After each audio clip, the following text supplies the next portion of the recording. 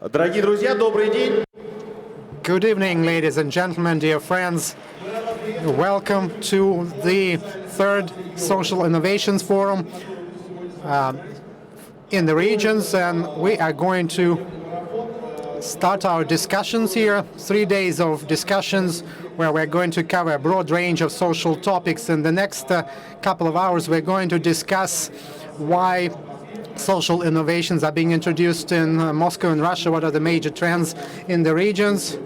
This forum takes place in Moscow. It's one of the major metropolises of the world and leader in introducing innovations for its residents and one of the leaders in terms of demography. Let me introduce to you our speakers. Anastasia Rakova, Deputy Mayor of Moscow, responsible for social development. Maxim Reshetnikov, Governor of the Perm territory. Alexander Mamut, Chairman of the Board of Rambler and Company. Sergei Kuznetsov, Chief Architect, First Deputy Chairperson of the Committee on Architecture and Urban Planning. Mikhail Yugay, Director General of the Skolkovo Medical Cluster. Svetlana Chupsheva, Director General of the Agency of Strategic Initiatives. Anna Federmesser, Head of the Moscow Multipurpose Palliative Care Center with the Department of Healthcare of the City of Moscow. Jen Lin, Founder of Delivering Happiness, member of the Global Happiness Council. Dan Buettner, a well-known American traveler and author. He wrote The Blue Zones and Rules of Longevity book. And my name is Sergei Minaev, Editor-in-Chief of Esquire magazine. All right, Ms. Rakova, let me ask you a few questions about the changes that are happening in the city. It's quite obvious, but they don't know the back office, how it's happening, how the city is changing. Please start our discussion. Good afternoon, dear colleagues. First of all, let me say that as we build the social services in Moscow, it all started in the early 90s and noughties in Russia. Education and healthcare were transformed more actively. There were financial reforms and other reforms. They were all human-centric. But in this social welfare, we didn't have many changes. Still, two main principles. We separate people into certain groups, people with disabilities, veterans, the poor, with certain standard sets of material support that they need. And the second direction is you need to apply for help. You come to your social welfare office, you make an application, you get your help. If you didn't file an application, you didn't get your help. These are the two foundations that we all use as we work with the social services. That worked fine in the 1990s, but now it's outdated. It requires development. People changed, the structure of the population changed, cities changed, technologies changed. In the 90s, we had 70,000 Moscow residents born every day. Now it's more than 130,000. On the other hand, we have this demographic explosion, and the number of retired people increased 1.5 times in 10 years.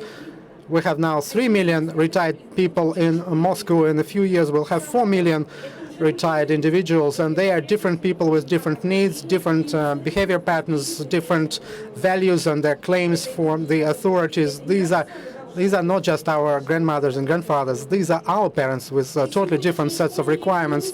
And school children of today are totally different guys, not like we were with totally different sets of values. We cannot help but considering that as we develop our social welfare system. These groups that used to function for quite a while, for 20 or 30 years, all these borders between these groups are being erased. It's not enough for them to get some benefits for their utilities bills or for their needs. They want their problem solved as it comes, not just getting some standard set of monetary help or benefits. And as we were using all this application-based principle, it did not allow us to identify those who are really in need. As for specific payments, it could work because we pay them according to the categories, not according to their actual needs. When you have this application-based approach, you give your help to those who apply, right? But when we talk about social services, when it's not based on application but based on the needs of the society, we don't see a real picture that we have in the demand for social services. More importantly, we form a very bad psychological mentality of a government official. In this old model, the government official is passive. He is not responsible for the well-being of the population in his territory. If they did not come, did not apply, they didn't get anything. I talk a lot with heads of hospitals and other institutions. I ask them how many people died in your daycare center, for example, or how many people died of cardiovascular diseases, for example, when they were young, and they don't get the statistics. And how many retired people live in your territory? They don't know. How many?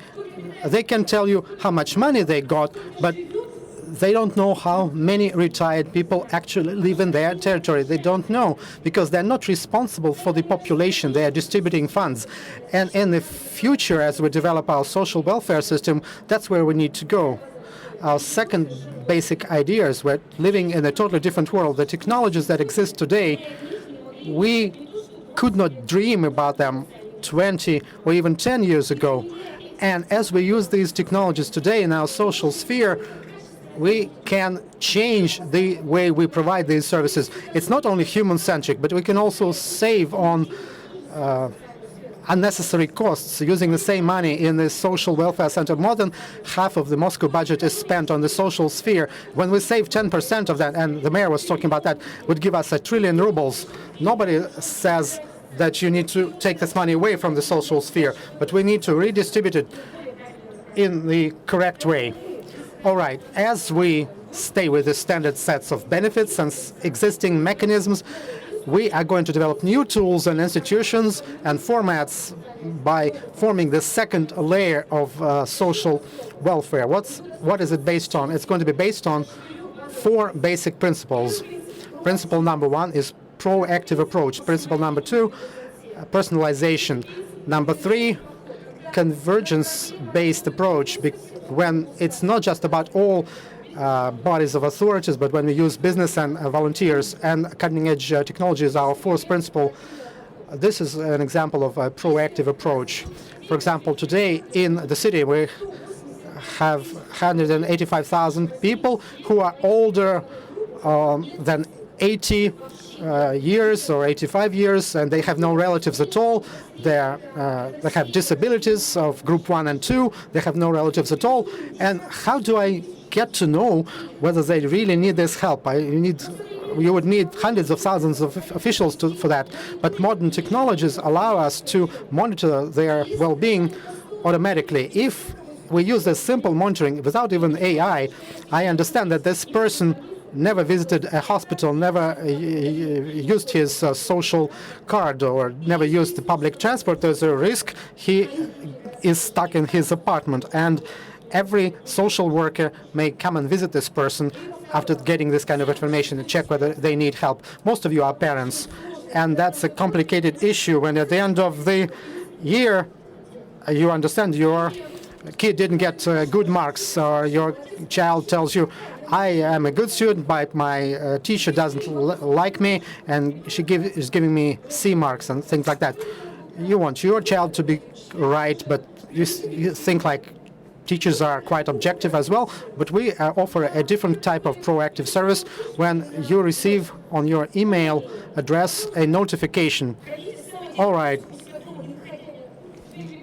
you diagnose your child on every subject in school and understand whether you're ready for the final exam or not. On April the 15th, we offered these tools and reminded our parents about that. As the result, 200,000 kids got tested through this self-testing tool. More than 1 million people used it. They know where they are ready for the final exams or tests. In the past, we had to have a separate center like that, but it was an offline building. But in 5 years, it was visited by fewer people than those who used our online programs in this couple of months.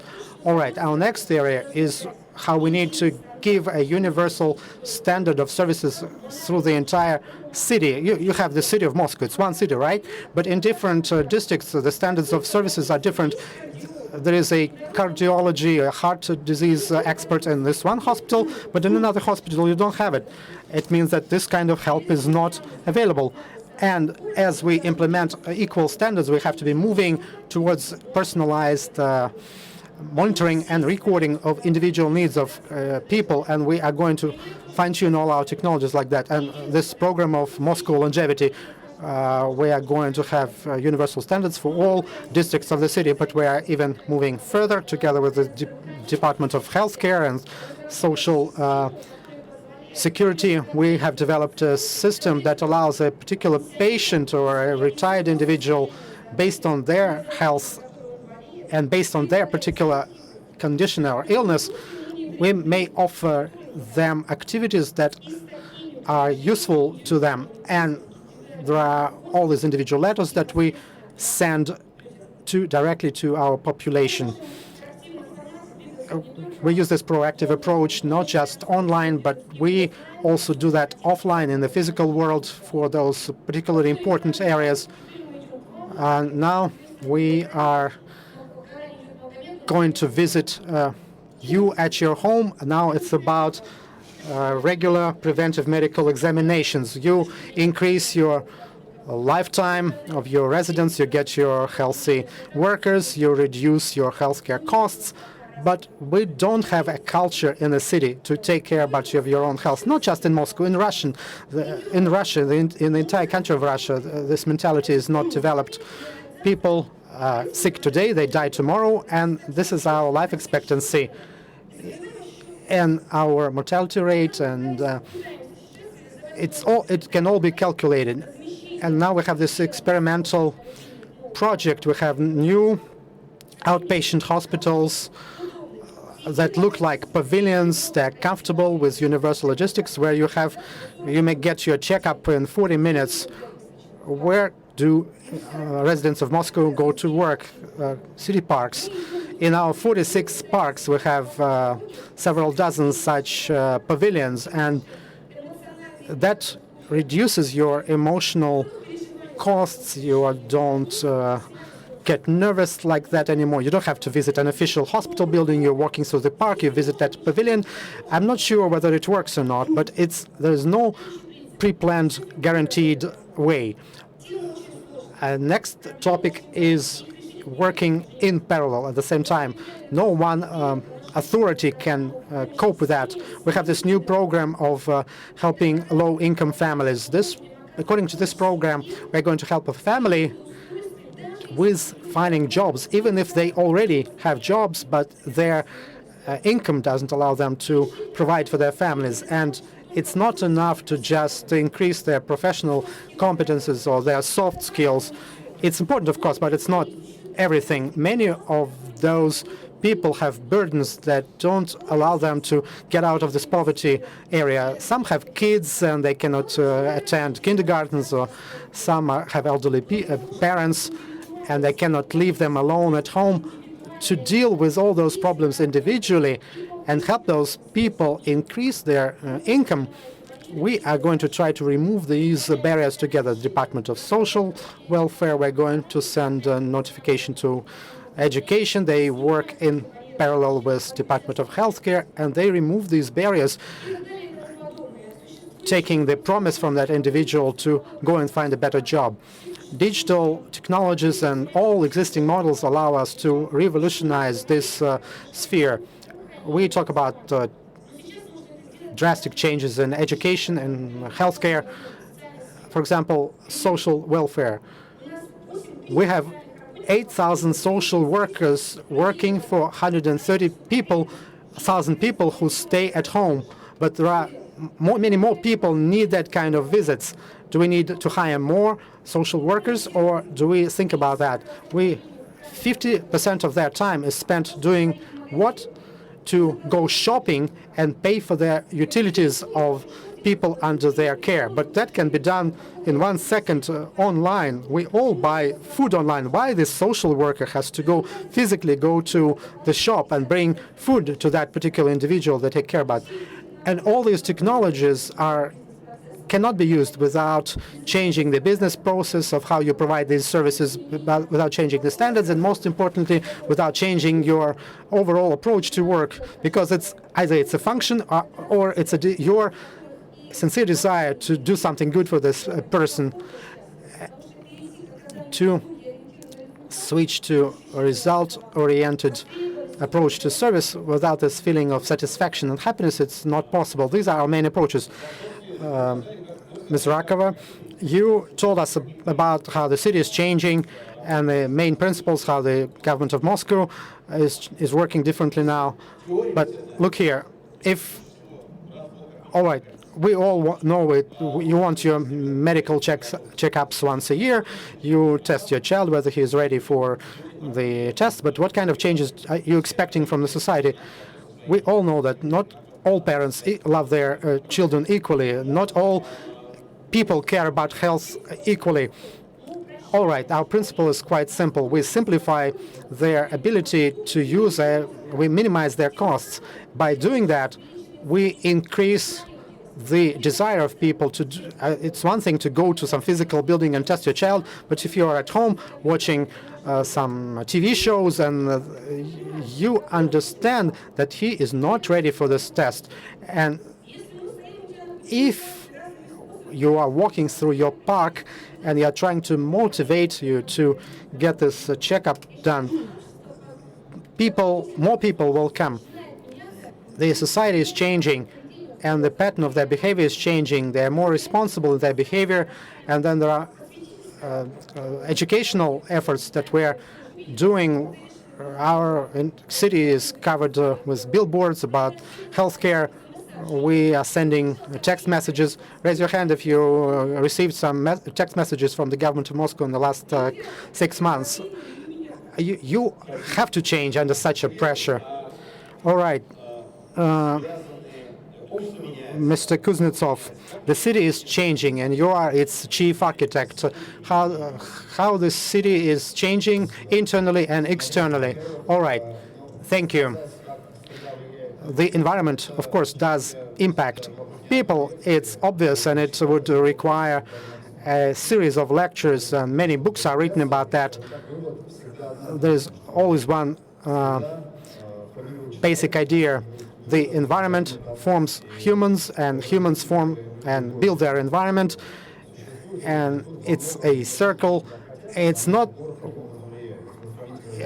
if you look at how people live in Moscow, St. Petersburg, or Venice, or Las Vegas, you will see how they have totally different models of behavior. What we do here in Moscow and how we treat that, let me say this. We believe that city is a huge social facility, so to say. It has to form good habits and good attitude to your own life. If we talk about practical examples, without going into long lectures why it's important and how a city has to be diverse and attractive in terms of architecture and motivating for healthy lifestyles, and give you some examples on how you form those good habits. The well-known concept to form public spaces, working with parks that were just mentioned, and how you can get your checkup and how you work with embankments. It stimulates people to walk down the streets, to run, and stop staying at home and watching TV. That's one simple example how the environment impacts our model of behavior. And of course, the doctor cannot deal with all your problems, but if the city helped your residents to switch to a healthier lifestyle, it's less work for your doctor. Or this renovation program, we abandoned old mass residential buildings, and we are switching to new models, and we removed many of the barriers for low mobility groups. These are not just handicapped people or people with disabilities. It's mothers with the strollers. We stopped dividing it between public and private zones and so on. So we're talking about yard and internal space. So we have changed the standards, and we build in different buildings within the renovation program.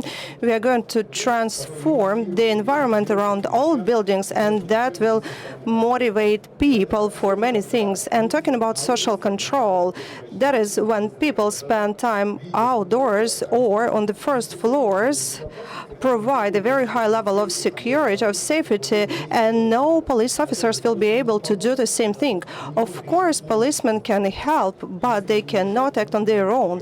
So we have to provide some urban solutions. We have to change the environment, and we have to stimulate the society to be proactive as well in this regard.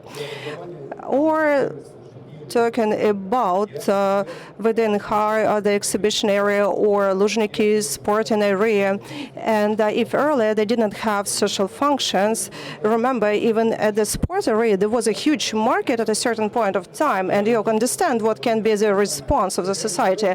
So I would like to say that we are not just talking or developing some theories, and when we say that the environment impacts your mindset, it is true. And look what is going on here at the exhibition area where we are. So you understand the city is a huge social object. Alexei Nidovich, in your opinion, what Alexander, rather. Okay, I apologize for that. Alexander, in your opinion, what has to be done in order to see dramatic changes in the city? Well, first of all, good afternoon.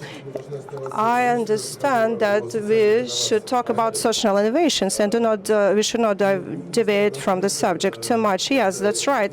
I don't know whether this is an innovative approach, but I believe if we talk about social policy, especially social policy in the city, we must think about some general basic ideas. First of all, Russia is an urban country. Moscow region is the largest urban territory, the largest metropolis, and of course it experiences the demographic explosion, but at the same time we can see that the population is aging. Of course, urban format outpaced all other ones because here you can find lots of diversity, you can fulfill your potential, you can get great education, you can create family here, you can find comfortable, you can buy a comfortable apartment, and everything is at hand.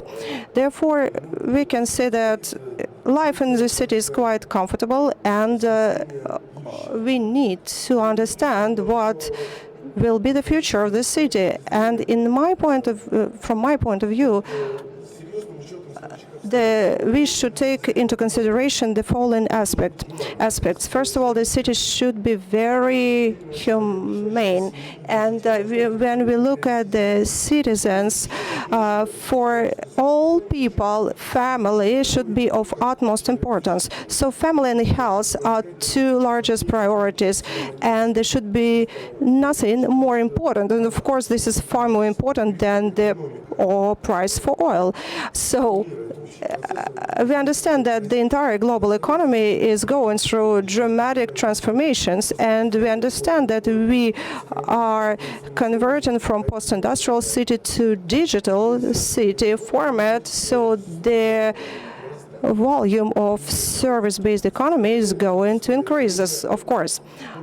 Secondly, we need to be focused on the technological development because technology determines very important social changes. And thirdly, the city has to be open. City should be perceived as an open system, and we need to take into account and use all the services that are provided by the department, by municipal departments, and we also should use opportunities provided by the cities. After all, this is a city of great universities, this is the headquarters of large companies, and so on. So we need to perceive it as an open system. And of course, this is an integral part of social innovations, because you understand, if the system is closed, you, as the Moscow government, cannot do much. You need to engage all people, you need to announce standards, you need to implement best practices, and this is what I would like you to achieve one day. In your opinion, what are the largest social innovations that were implemented here? This city is far more humane than it used to be. I remember my first meeting with the mayor of Moscow, Mr. Sobyanin, and I remember we had a discussion about new standards of advertising, of outdoor trade, standards of urban welfare, and he said, well, the citizens are actually they feel rather pessimistic, and I asked him, are you concerned about it? He said, absolutely. And I understood that he's concerned, he's focused on people. Same with medicine. Medicine is not about technologies, about tomographs or other medical equipment. Medicine, first of all, is about ethics, and we understand that first of all we should treat people, we should make them healthy, and all the financial aspects go second. And when we have this, we have successful medicine. Okay, Maxim, we started talking about Moscow. Now let us move on to your experience. What Moscow initiatives are you implementing, and what is going on in the region? Well, thank you very much for providing me a chance to speak, and I would like to get back to what Anastasia Vladimirovna has mentioned earlier. All the innovations in the social sphere are not only Moscow innovations. Actually, there is an overall trend of moving from reactive to proactive approach. And, I was listening to Anastasia Vladimirovna, and I thought of all the changes that are taking place, and I understand that we are talking not only about the possibilities that Moscow has. Very often as you attend these forums, you listen to speakers representing Moscow and thinking, okay, Moscow has a huge budgets, while other Russian regions cannot afford it. But you can implement all these ideas and initiatives even without huge budgets that Moscow has. And what do we do in our region, in Perm region? We are moving in the same direction as well. And of course, our initiatives are based on Moscow trends, because Moscow is very generous in terms of sharing their ideas. And, in September, we are extrapolating one of the models that was already implemented in Moscow schools.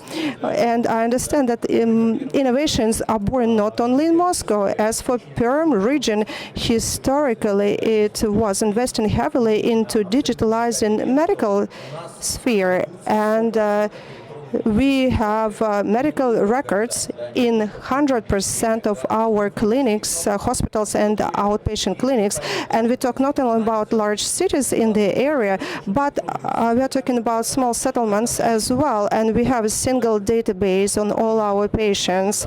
So it's the same standard that is used in high tech clinics worldwide, and this is related to the proactive approach Anastasia Vladimirovna was talking about. So we have a huge database, and now we need to move on to the new stage, that is how to use it. Maxim Gennadievich is shy. Actually, Perm region is the first region that implemented the support system for a clinical solution. And when we visited them to gain the experience, we were so upset to realize that they were the first and we are coming second. So I must tell you that some of the regions have outpaced Moscow indeed, but sometimes they cannot demonstrate all the solutions that they have. Well, thank you very much for your high evaluation. Actually, it's not evaluation of my efforts, rather of evaluation of the efforts that were made by our medical department, and the system is developing, and it's important that now it is available everywhere, and it provides great access to people. So we can say that 3% of the citizens of Perm region also can sign up for some tests in order to identify diseases at an early stage. And we also understand that people get assignment electronically, and that also alleviates the burden on the medical system, because the more people use digital technologies, the easier it is for the system. The more developed the system is, the less is the workload for the doctors, and doctors are focused on the patient rather than on all associated services like filling in the forms, etc. Today we have 4 patient clinics that are testing the project when all the work is paper-free. So it is all electronically based, and we use electronic signatures. We also secure the communication channels, etc., etc. So digitalization is not only about buying computers, that is about changing the business processes rather. And this is again something what Anastasia was talking earlier. So the volume of social innovations goes up, and digitalization related to changing of business processes is going to be a driving force. And we are talking about preventive medical checkups. Moscow goes this way. They have additional capacities, but in the regions, when there is no opportunity to get a doctor assignment, what change can you talk about? Well, we had to change the system, and using the current capacity, we were able to provide 20% more visits of patients compared to the previous year. So we were able to do it because you can get certain certificates at other offices, so that alleviates the workload on doctors. And also we changed the structure when doctors would have to come and visit their patients at their homes rather than see them in the medical office. So another example, talking about identification disadvantaged families, we had cases when teenagers would demonstrate aggressions at school, and there were even attacks.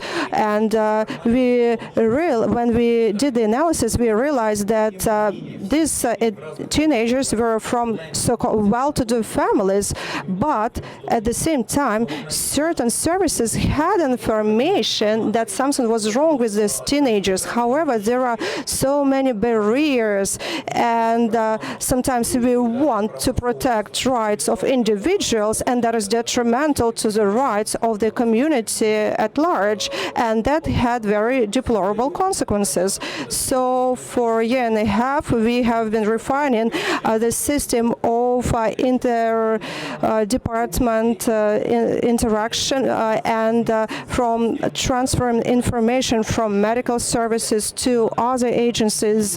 And we understand that status has to be changed, and this provides information to social security workers, so they, let's say, understand that a certain teenager has drug addictions and something has to be done about it.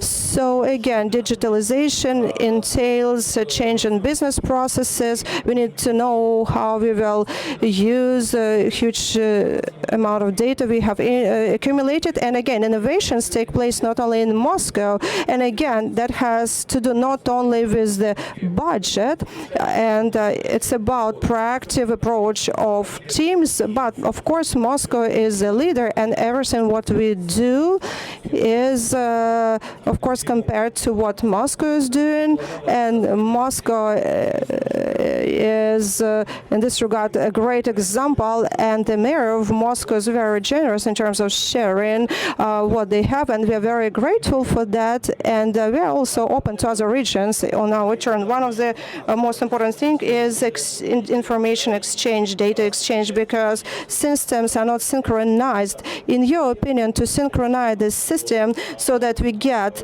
timely information about teenagers in trouble or some pensioners that requires help. So in your opinion, how much time do you need to synchronize all the efforts? You know, those who want to do something will find a way out. Those who don't want to do anything, they will look for reasons that prevent them from doing it. Well, we are doing our best, and we are looking for various loopholes. Yes, well, so far we are not perfect yet, and we understand that our legislative, regulative system is a bit obsolete, and it's still paper-based, while we want to be digital-based in our digital-oriented in our work, and we need to understand: is it really mandatory, let's say, to print out papers with diagnosis and have them stamped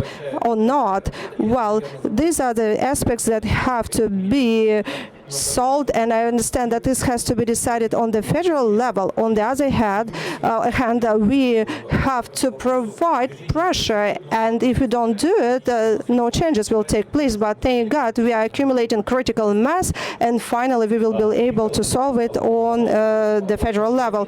Mikhail, I have two questions. First of all, what technologies will enable us change the healthcare system? And secondly, I have a philosophical question. We know that you need to take care of your health, but most of us do not do it, unfortunately, or they do it when it's a bit too late. So you cannot notify people that you have to have preventive medical checkups once a year unless you're willing to do it. So talking about changes, well, first of all, good day to all of you. I read an article from Financial Times magazine, and it talked about the fastest growing industries, and they're certainly based on human and financial resources. We are talking about biotechnologies, artificial intelligence, renewable energy, IT, of course, but it's not IT per se. It is cybersecurity and virtual reality, of course. So these are the industries where we will see fantastic breakthroughs in the very near future. Talking about technologies, Churchill said that it doesn't make sense to look too far. I will give an example from yesterday, from something what already happened, what we already have, and what has changed our life. I don't know whether it's tangible or not, but anyway, I work at the High School of Economics. We have a department for managing healthcare, and we have students for a master degree and I talk to them what concerns them, and they say we write too much. 80% of our time is taken by writing reports. So we have a company that can decode voice, decipher voice, and we think that we will be able to integrate this technology when you can talk and it can record your voice. Another example, for instance, you have a pain in your stomach, and you need to ask 6 or 7 questions, and based on the answers, the system will give you the following answer: that in 80% probability that you have appendicitis or gastritis, whatever, etc., etc., and then you will know what to do. So it is like a prompt for doctors and helps them to diagnose people more successfully. Then I had a meeting with my colleague, and he's eating and browsing through his phone at the same time, and asked him, "What are you doing?" Well, he said, "I have a program that tells me how many calories I can consume per day." So he orders a meal based on the number of calories. He's a doctor by profession, by the way. Or I had a meeting with another colleague of mine, and he had a medical problem. He cannot solve it, so I get hold enrolled of one of our partners' clinic, and within 10 minutes he gets a medical advice of a very good medical professional.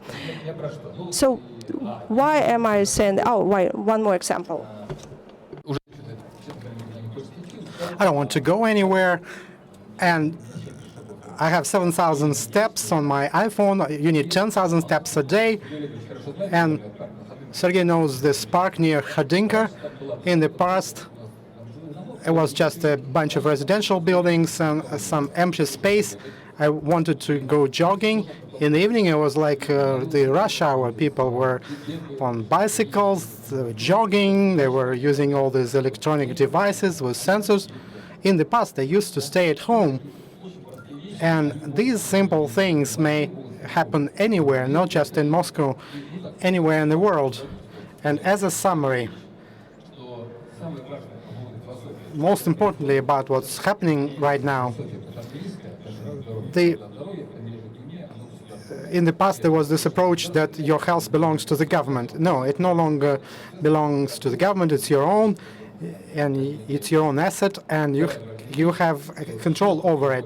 The second thing, anything that comes to the medicine, it's not from within the medicine, it comes from the outside. Bring in IT people, physicists, geneticists, and that's where it will all start.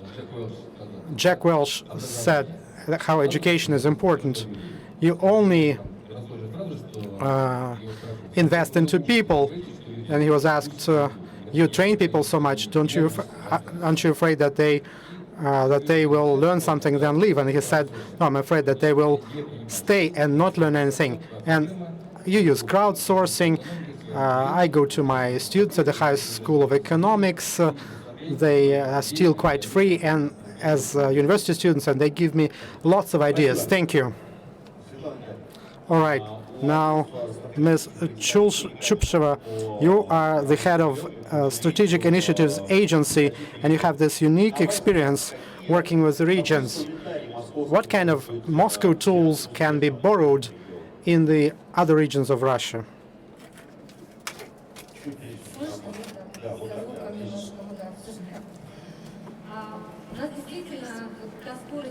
We have this pace of changes. New technologies are being implemented, and that leads to a huge demand on behalf of the regions, municipalities, institutions for the access to the ready-made solution that are proven and in terms of their efficiency. And we were able to get together dozens of best social economic practices in the regions, expressed through roadmaps that can be used in any city or any organization. Moscow, for us, is the leader and supplier of the best solutions and practices in many different areas of activity. Our colleagues mentioned here the novelties and innovations that Moscow already implemented, how they're planning to use new standards, moving from application-based approach of providing services to those who need based approach, and that really changes the quality of life, and that allows a human being to really understand how life will be better for me. These abstract values that we sometimes communicate, like, for example, today 1.5% increase of coverage of children with disability, sending them to summer vacation, summer camps. But what about other children not covered by that percentage? We want those services to be available for all our citizens. How do we select these best practices? We have our contests, we have, as we implement specific projects, we use this database. Maxim Reshetnikov mentioned that as well. We have this Moscow online school as the and the digital platform of education, which is accessible and affordable for children with modern content, allowing them to get better grades in school, building individual paths for them for their study, choosing the optimal pace of education for children. And today, Moscow lets other regions of Russia use this platform. Also, active longevity program. It was launched in Moscow first, and now it's scaled to other regions, and it's also part of that best practices library. All our cities and regions of Russia may use it. Also, we have Moscow volunteer program. It's not just for the Moscow volunteers, but for everyone in the country. They come from all over the country. They have access to different practices and initiatives as they leave. They use it in their regions. We talk about digital solutions a lot, how we build new services based on big data. We need to reach every person who needs the help of the government. And Moscow has more than 40 such digital services. Mayor Sobyanin says, yes, we did it, we implemented it, and that's a position of a strong leader who is not just shutting up in his own silo, but these leaders are willing to share, giving it to other regions, opening them access to the cloud-based service, and they can use it. And when we deal with specific tasks, it's not about trying to tell who is better or the best. It's our common cause. And we need people to sense and feel these changes. Another important focus is the speed of dealing with lines in hospitals. Yes, that's great. But we also need to understand that, most importantly, people need to get the medical help. We need the right diagnosis, and we need them to be satisfied with the services. Moscow pays a lot of attention to it. There's this feedback, monitoring, assessing quality of services, but you need some kind of standards for that. The standards that are developed by Moscow today, and we will be working together with Moscow so that these typical successful models that will increase our quality and accessibility, they will all be moved to and transferred to other regions of Russia. We welcome all best practices. Besides Moscow, we have 50 Russian Federation entities that also show and use those successful solutions that we have in the social sphere and education, healthcare, accessibility of the urban environment. There are these special multi-purpose centers for people with disability, and that's a center where they can get all sorts of services in one place, whatever certificates or documents they need, what kind of help with finding job or getting their pension money. It's all there in one center, and that's one successful example of social innovations. Thank you. Anna. A lot has been said today that when we change the system, we should focus on people. Mr. Mahmoud mentioned that, how it should be human beings first. How can authorities be reminded of that, not to lose the focus.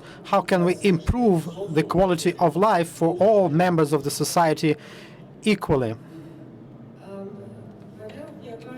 First of all, I think that the authorities, the government are very vague notions. All these authorities, they also consist of people. It's an institution, but it employs people. Someone needs to want to put this human being into the center. I also have a presentation. Let me tell you how we deal with that.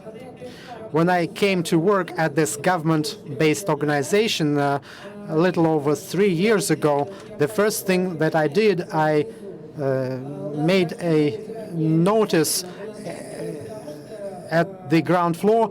You don't have to put your plastic covers on your shoes. It's clean already because we have pretty good janitors. I also made a notice about that we're open 24/7.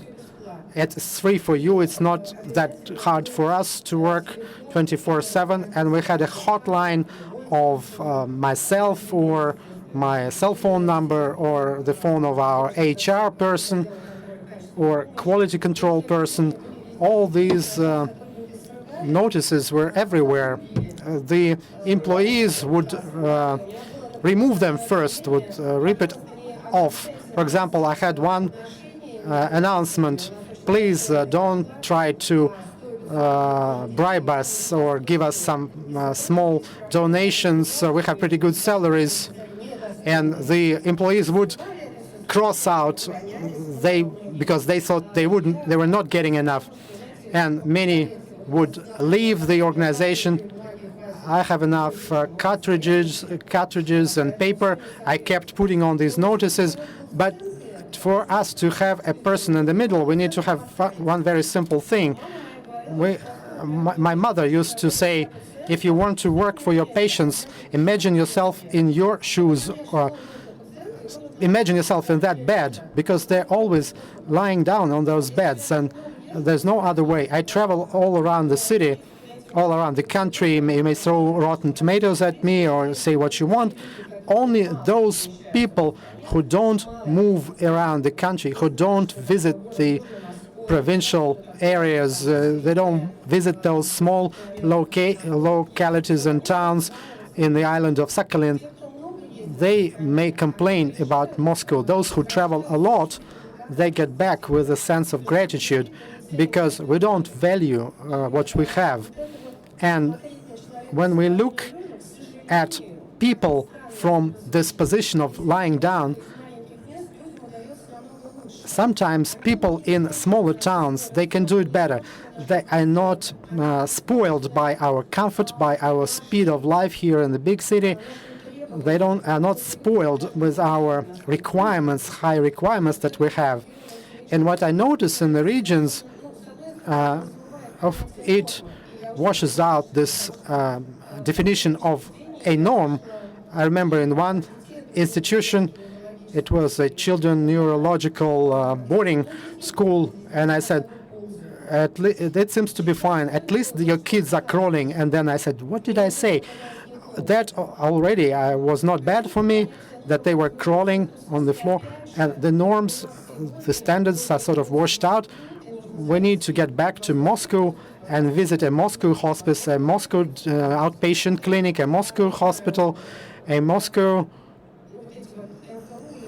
multi-purpose centers. There are all these abbreviations that are quite complicated, and that's how it's good. That's how it should be. And what's also important for me, all right, sometimes people say, oh, you in Moscow are rich, you have so much money. We will never be able to achieve that much. When you bring someone from the region to Moscow to show them good practice, then they are depressed. They are first impressed and then they are depressed. Because, but what is this word, patient-oriented approach? That's too technical, but it's your compassion, cooperation, everything that starts with CO, co. And it's not about the money. It's leave this handwritten notice or promise. Everyone is afraid of working 24/7, but Moscow is the busiest city in the city. If you write in every hospital that it's open 24/7, it's not like you will get a wave of people, but people will stop complaining because they have this right. They will feel comfortable. If instead of banning smoking, you giving them special rooms for smoking, at least in palliative care, we shouldn't ban a person from living their normal life. We should create conditions that in his illness he remains a human being. And we shouldn't ban our patients to walk outside every time I see this some kind of notices that you are not allowed to leave the ward or the hospital floor without the permission of a nurse. I'm like, are you in a prison or what?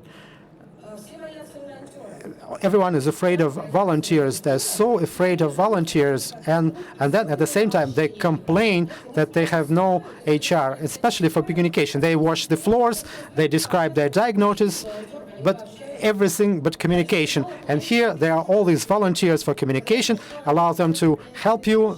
When I came to work for this palliative care center, the building required upgrade, overhaul.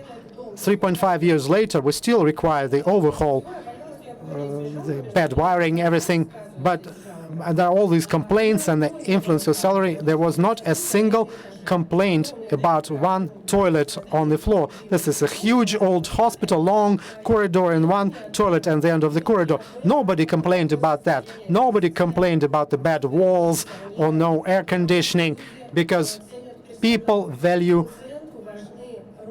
the eyes and arms and ears and hearts of those employees. People come for medical and palliative care, and they need warmth. We go to our doctor when it's really bad, and we value that kind of attitude, good attitude. When we get good attitude, we stop complaining about. When we see this mean attitude, it's all about Stockholm syndrome, and you begin to complain about moisture on the walls or whatever. But our guards, for example, they are polite. They move around the beds, the wheelchairs. They go with patients as they walk around the building. A person in the coat room, when they check their coats, she would sew on the little loop to hang in on your coat. These are amazing people. Where do you get them? All these people, they are the same. People are not trained to be good. They are not rewarded for very simple things, and nobody allows them to be kind. There's this syndrome of a guard, syndrome of a coat room person. This syndrome can be cured very easily with the word thank you and your own example. And volunteers are a valuable resource. Once in England, I heard one good hospice is different from another good hospice in terms of competences of volunteers. Here, the barbers are better, there the gardeners are better. Now, Moscow hospices are different in terms of the quality of their volunteers, not their number.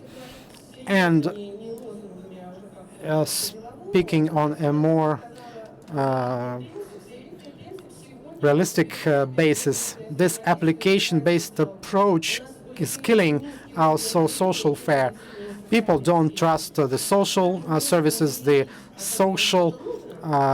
healthcare system. When they need to apply for something, they don't believe that they're going to get anything, and that prevents us from counting those people and from forecasting. In the palliative care where I work, that's the most predictable type of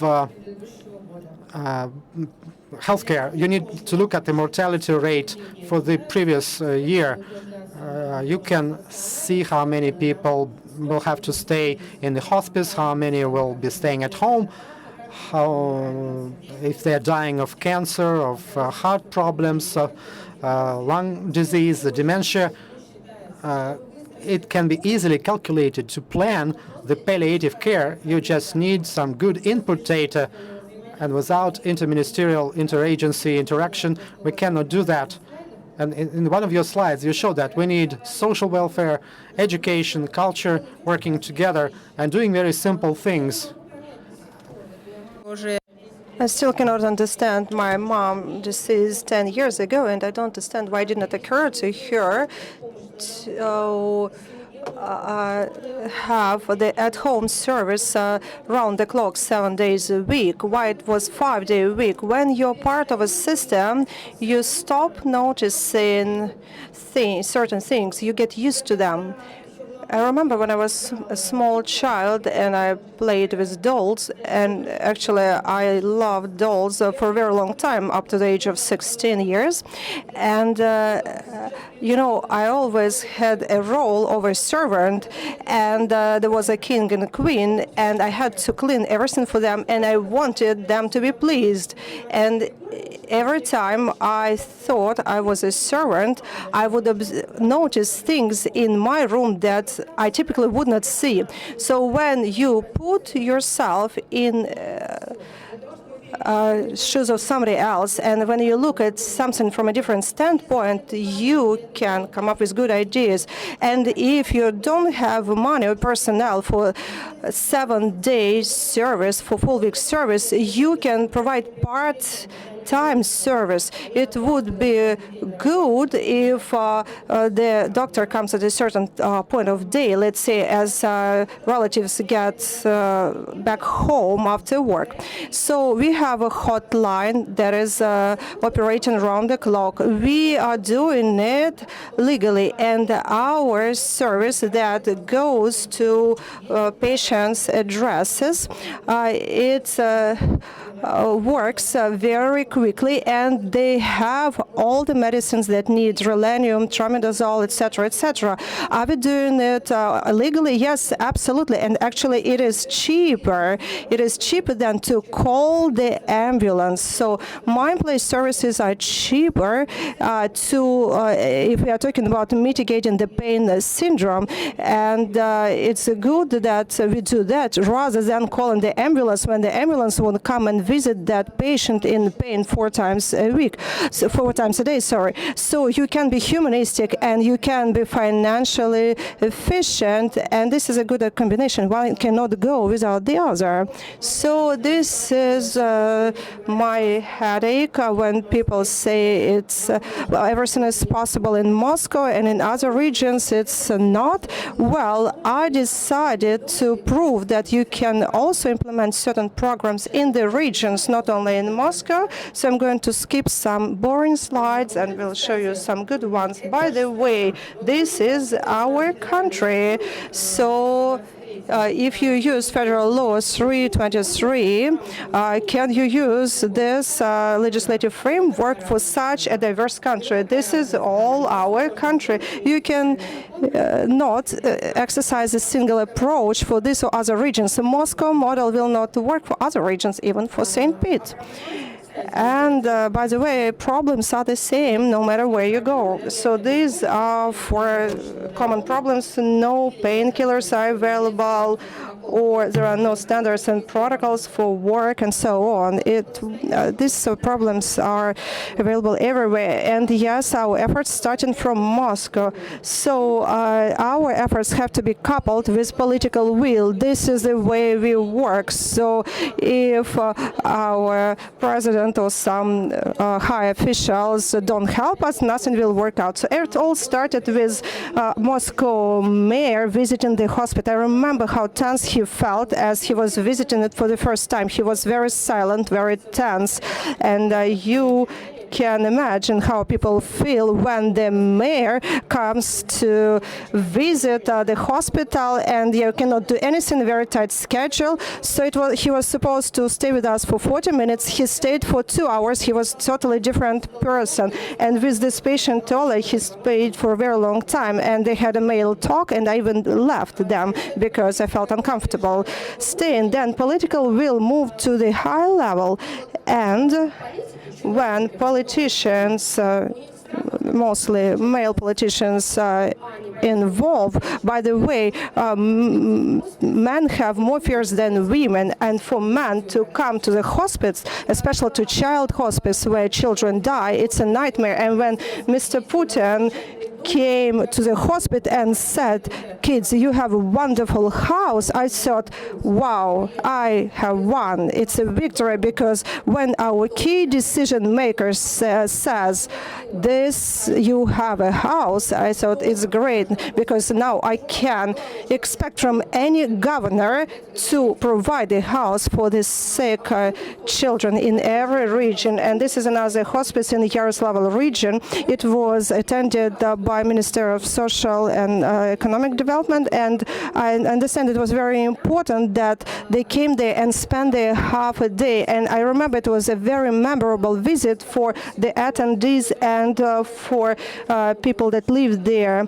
And it is financed from charitable funds, and it is a unique model I would like to extrapolate across the country, because in the same building, and this is a social project, and here we have three categories of people that senior citizens that they need place to live, and also people that they need constant care but they're not dying, and we also have palliative patients. And you understand that people transform from one state to the other, and if this is their place of their residence, they need to get care at home. Okay, good. The clicker works.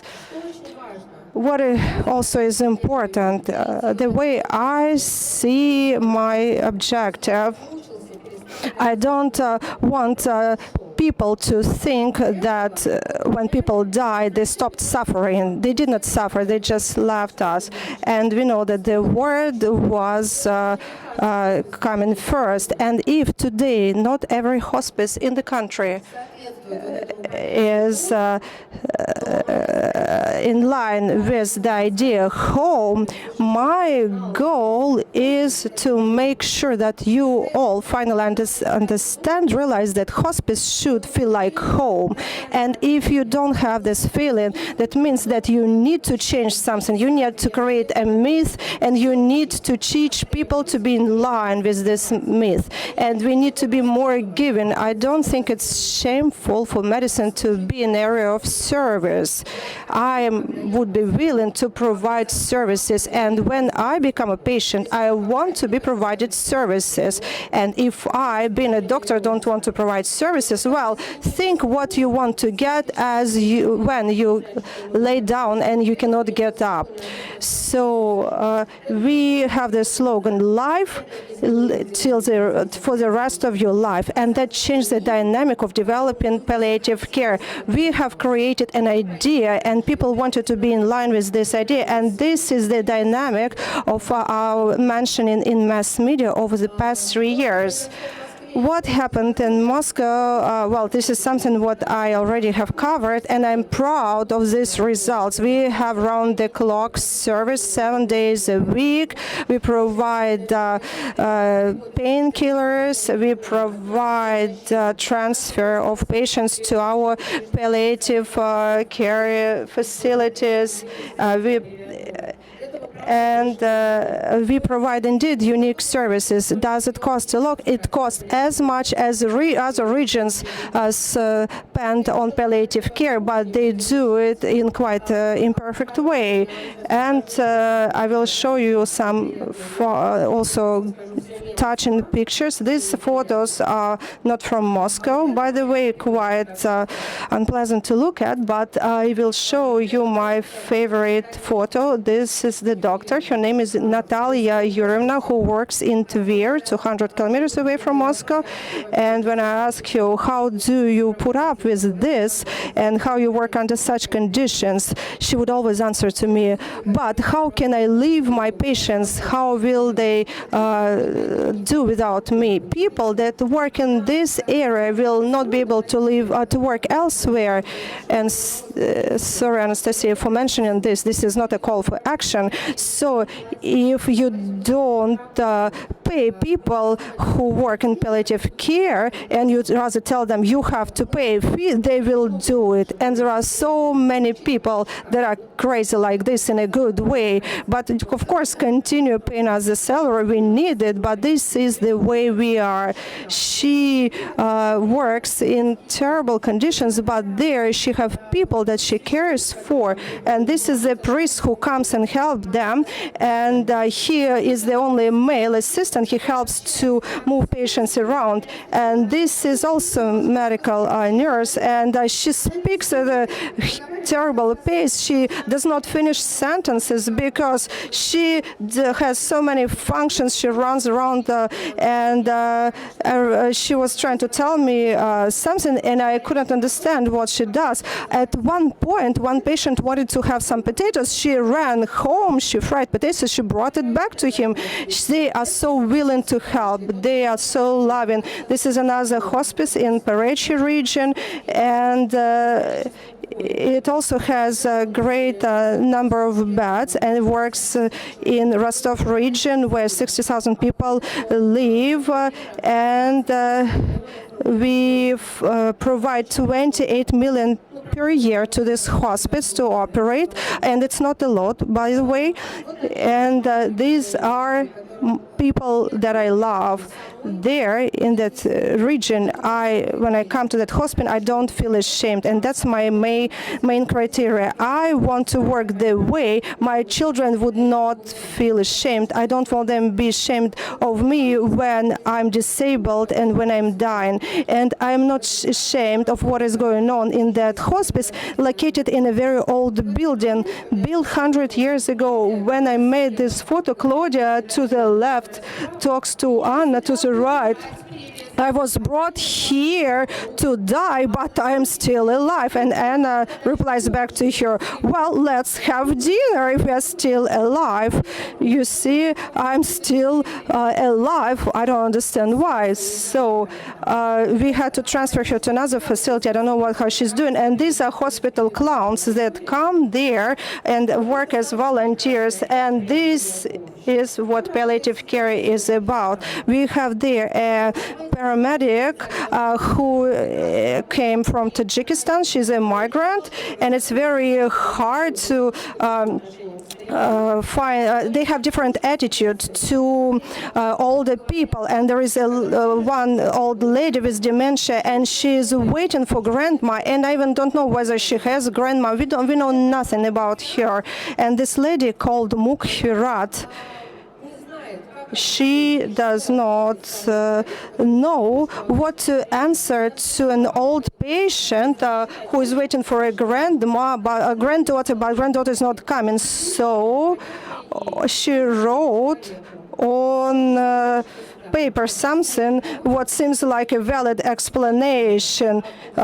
She wrote, too much snow, buses are not running, that's why granddaughter is not coming. So hospice is a home where it's not scary to spend the rest of your life. People come here to continue living, and you can do it. And I'm very happy that I started this project in Moscow, and I started it with support of Leonid Pichadnikov, and I continued with Anastasia Vladimirovna, no matter what people say. And you know what is done here is done without municipal budget. There are so many restaurants that provide us with food. We have barbers or hairdressers that come here to make hairstyles for ladies or manicure, and people are in line to provide services. We have volunteers that wash people and clean the place, and you say you don't have volunteers like this. Of course you do. Just ask them. We are so exhausted with all the problems that we have,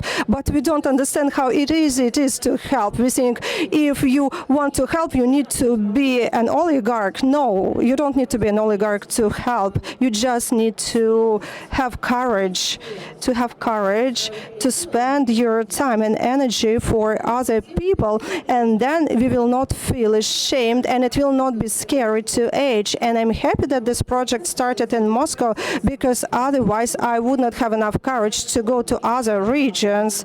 And not long ago, this city was indifferent, but now it is a city that cares. I started with taking care of my mom, and thank you very much. Thank you. Thanks to you, Anastasia, as well. Thank you. Dear speakers, you have headphones for interpretation.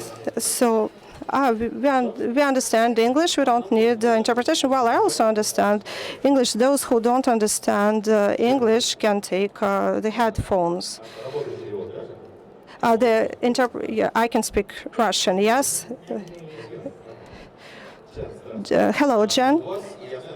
I know you have accumulated huge experience of defining happiness at different levels, starting from state case in United Emirates up to the employees working in large corporations. So tell us, what is this global trend about? What is all this trend about happiness about? Yes, I'd love to.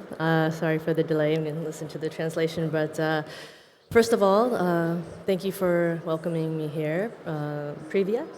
It's my best attempt at hello, and Sestiva is my best attempt at thank you. But I feel like I'm shifting gears a little bit here, because all this conversation has been a lot about all the social innovation that's happening here in Moscow.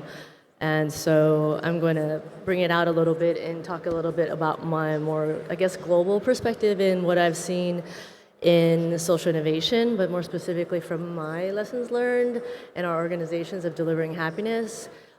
We've been focusing on companies and governments like the UAE and hospitals.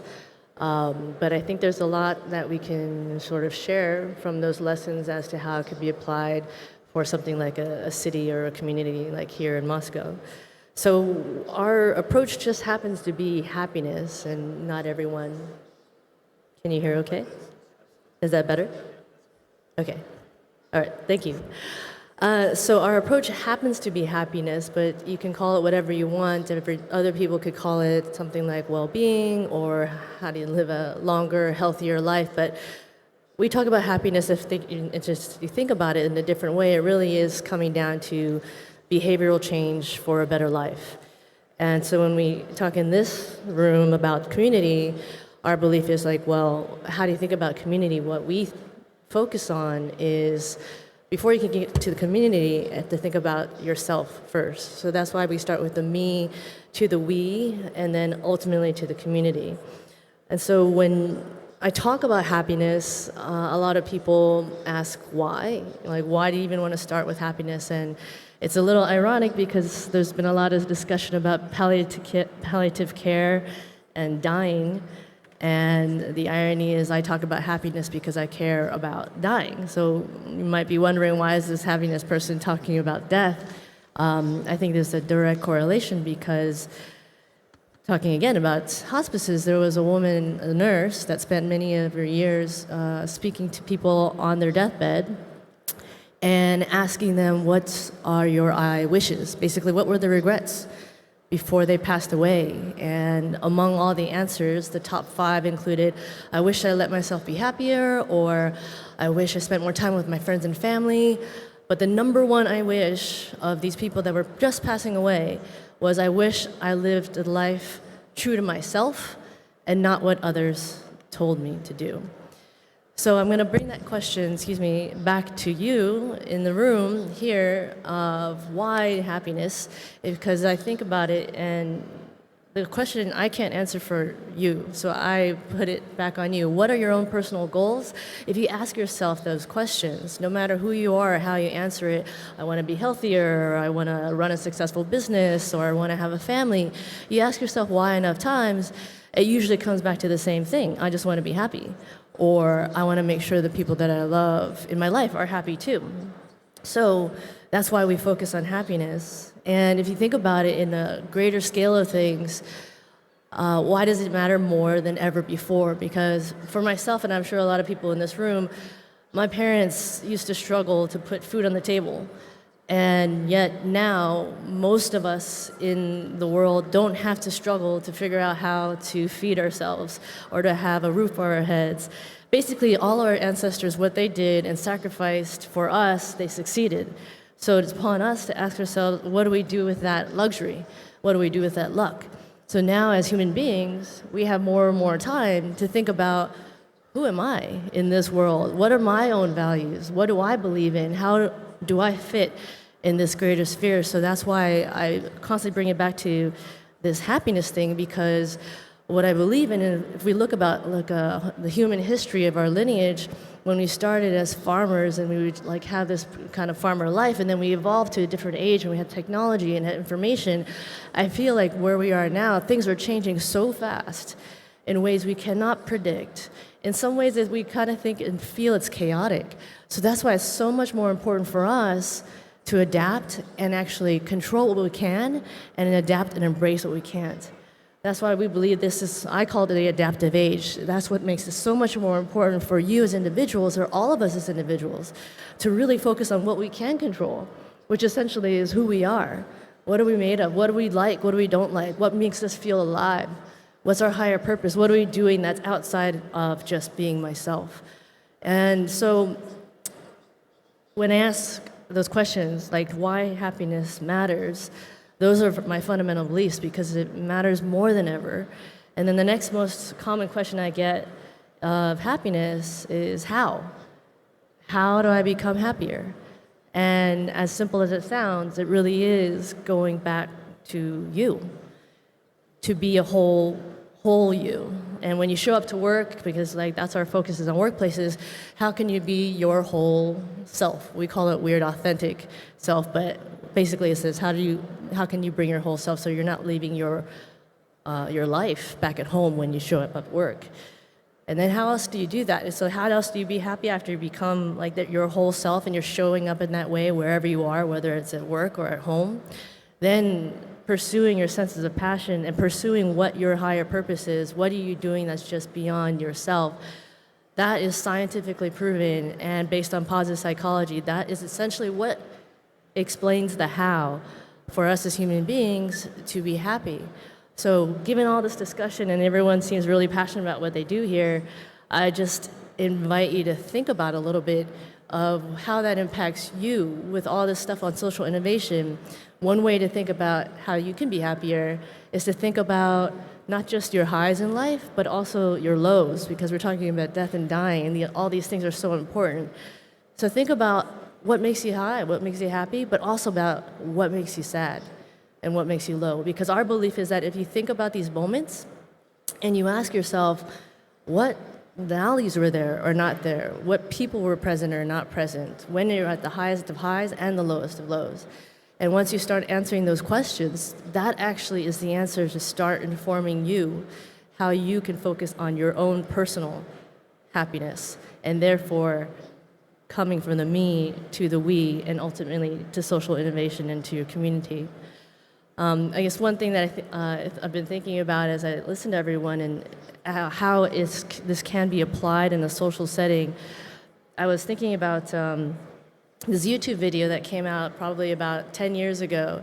And I don't know, some of you may have seen it. It's basically, there's a festival, like a music festival. And you see all these people, but they're all scattered, just doing their own thing. And then you see this one random guy listening to the music, and he just starts dancing, like really, really like unique to himself, but really hard, like really into it. And then one by one, you scan like this empty-ish field. One by one, another person joins this dancer, probably because they feel like, hey, this guy's having fun. I want to have fun too. And this video you see basically is a movement of a community, of a social innovation that's happening on the spot in front of your eyes, of someone that's being true to their weird self authentically, and then others joining this weird self person in their own weird authentic way.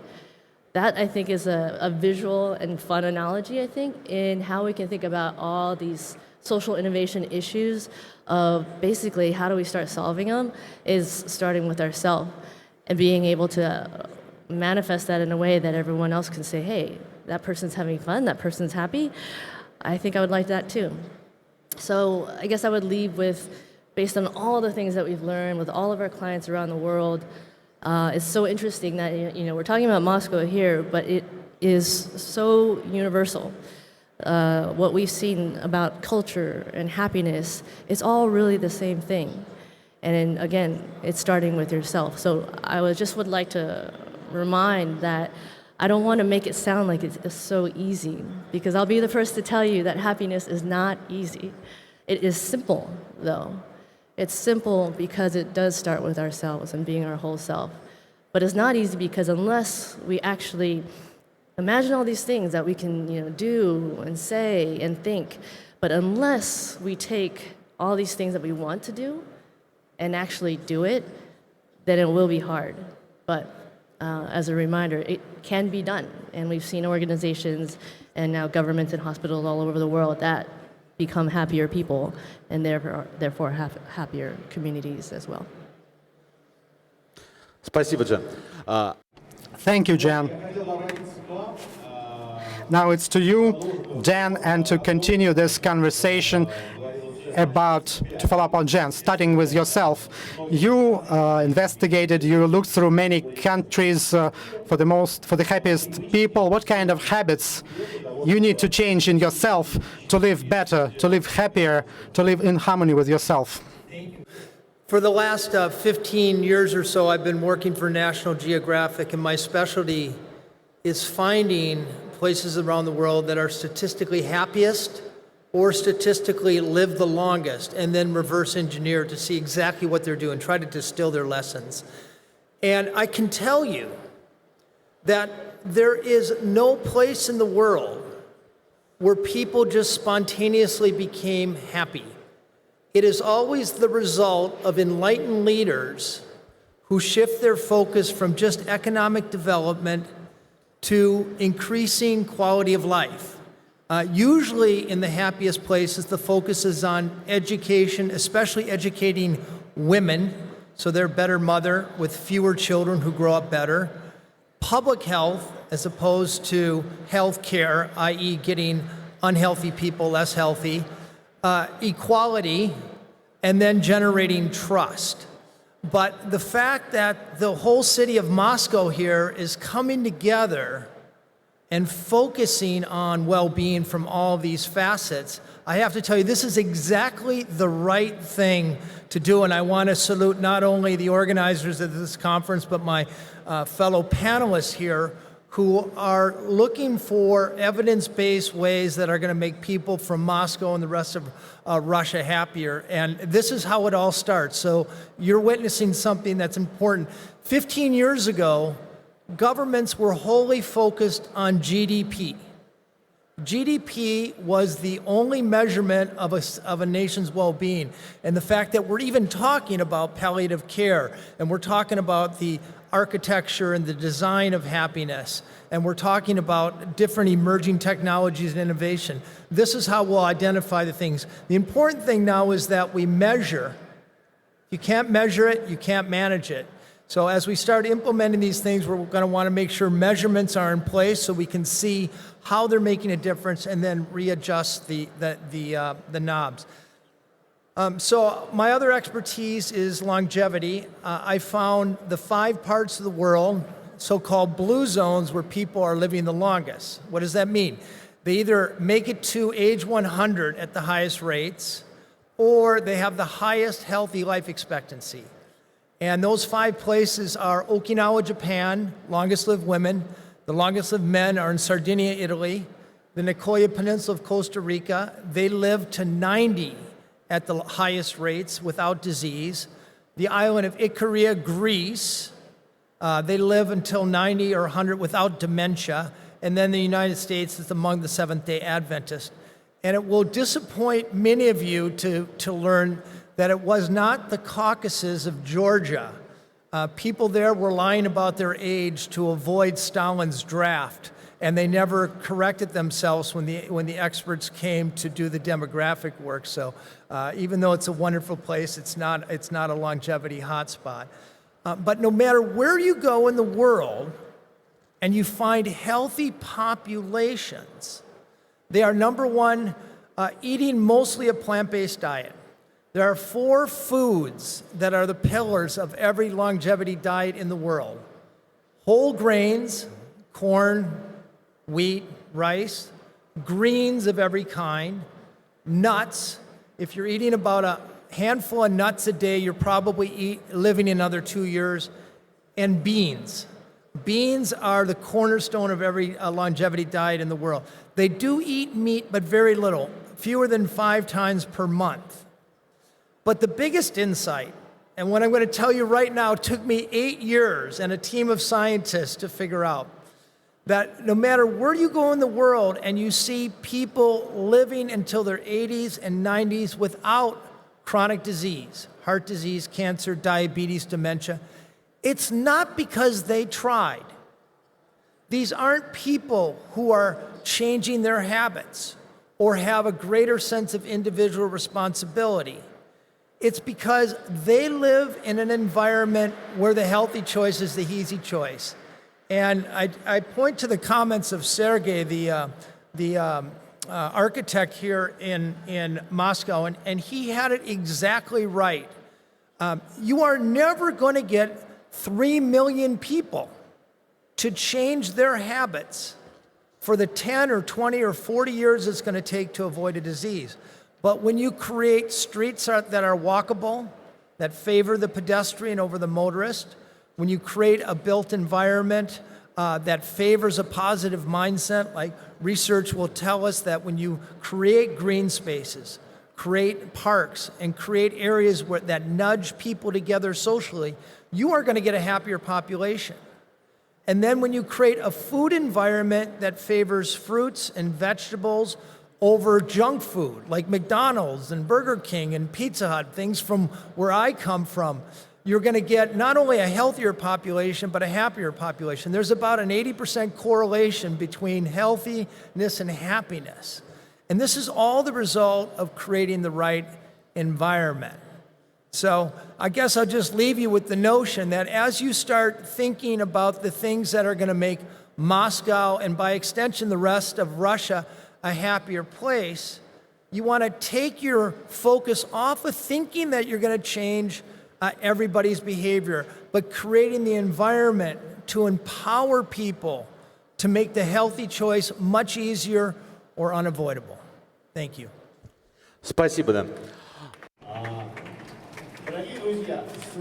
Thank you. Dear friends, social innovations is what changes the society. You've heard today how the global trend is for human beings as the center of the system, how the authorities are changing, the government is changing. Moscow is a flagship of many innovative and social changes, but that's just 50% of your success. The other 50% is all of us. We're not just in the next century or decade. The time is absolutely new. What we knew in the past would never work. We need to change ourselves. In this synergy, we will all be successful. And let's give us a round of applause, all our speakers and guests. Thank you.